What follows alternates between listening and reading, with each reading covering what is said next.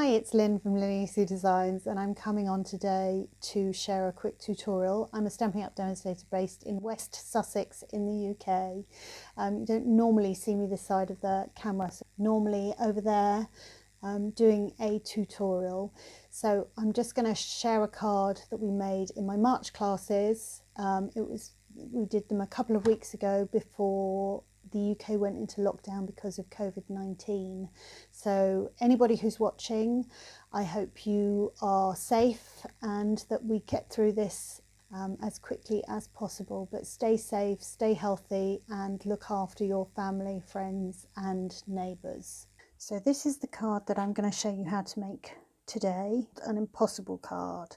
And my sister-in-law made a special request to know how these were made.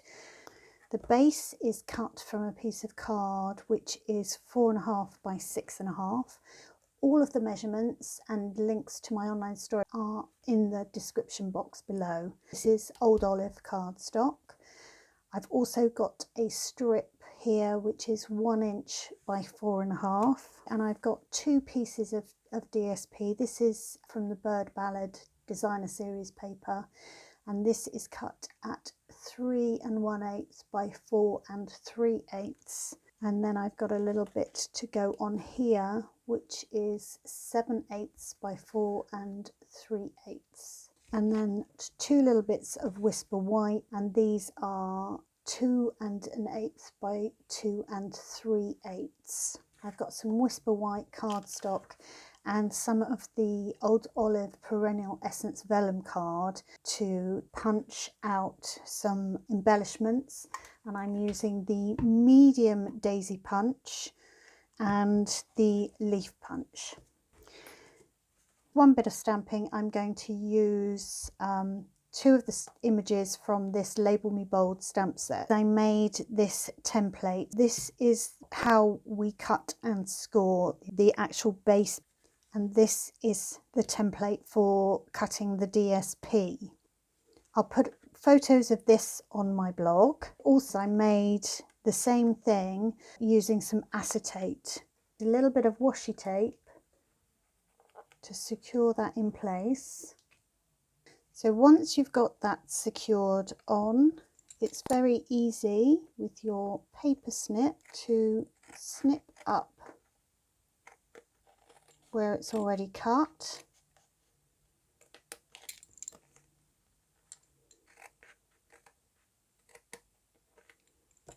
There we go. Let's take these off.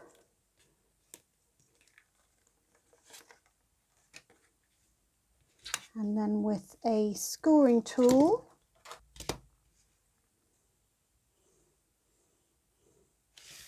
score across. So keeping the 3 bit with the 2 cuts one side,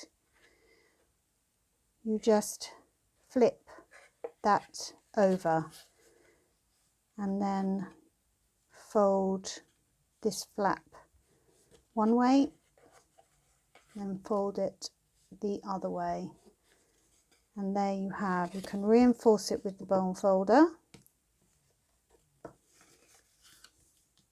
both ways, and there you have the base. Taking the DSP,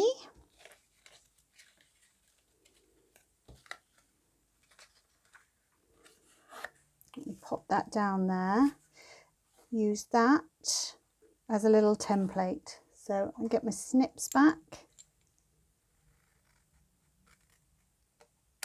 that down there,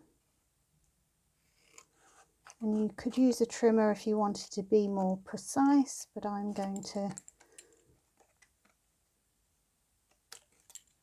just do that. So that bit goes on there, leaving a nice little border round, and then that one you have to go this way round.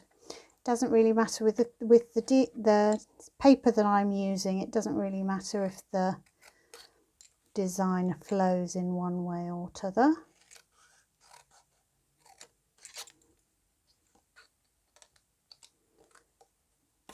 There we go.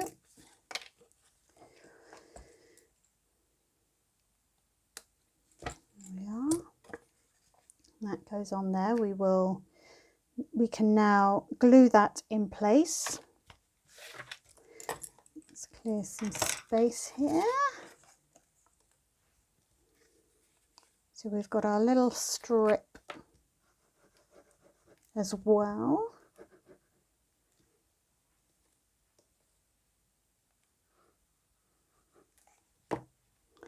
And as I've said before, we don't really need an awful lot of this glue to keep it in place.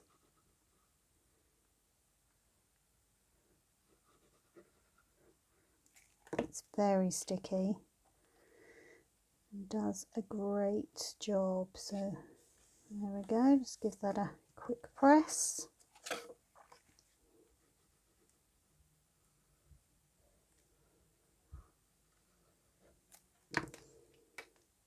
I'm very thankful for technology at the moment. It's a great way of keeping in touch with friends and family. Been doing a lot of video calling. So this is just a little bit of decide which way you want it to go. I'm going to have it that way. It gives a little bit of support to the base. You could have them both sides. I just have them on the one side. So I'm going to put glue there and there. You don't want to put glue right the way across, otherwise you'll get glue in this bit, but it doesn't really have to be anywhere specific. It can be wherever you want it to be. And then I've got these bits of card that will go on the bit that stands up, so we'll just stick one straight on and then we'll get on with the little bit of stamping. And ahead of time I've already done punched my flowers and created my daisies, so they are going to go there. And I've also punched most of the leaves from the vellum. Now this is beautiful, this vellum. It comes in 3 colours. This is the old olive. Let's punch one of those leaves there. And all I've done is I've just, with my fingers, given them a little bit of shape so that they're not quite so flat. Little bit of stamping. I wanted to create a little bit of background, so I'm using this stamp here, Calypso Coral. Anyway, let's have a try. Oh, I like that. Who remembers Gorgeous Grunge? Yes, I like that. That's nice. And then we'll get rid of that colour. The edges of the leaves I used Pool Party, and I've used some Whisper White and punched 2 flowers for each of these. And the centres are the clear faceted gems, and I've just used a black marker to colour them in to make the centre of the flowers black. I thought that went quite well. I'm going to try this. Oh, upside down. Glad I tried it. Who's done that before? Hello. Quite happy with the way that looks. Stick that on there. Oh, it's just lovely. And let's bring the bits in, and we will use some glue dots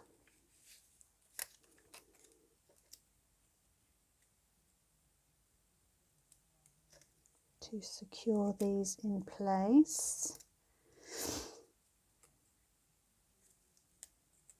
Oh,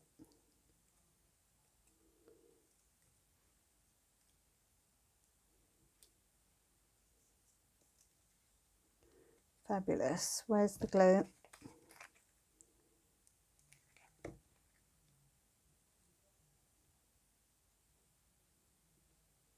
Lovely. And you can see the difference. Can you see the difference? It's pale one side and shiny the other. And I want the shiny side. So each one of these will get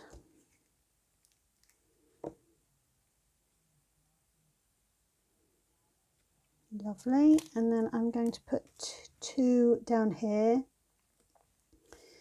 You just have to be a little bit mindful about where you're placing these so that they don't hang off too much on the top. Do another daisy. I've done that slightly too far up. Let's see. I know what we can do. To rescue that, I've got some pre-cut flowers to match the base, and there we go. So thank you for watching. I hope that you'll give this a go. Please, if you haven't already, like and subscribe, and I will see you again soon. Thanks for watching.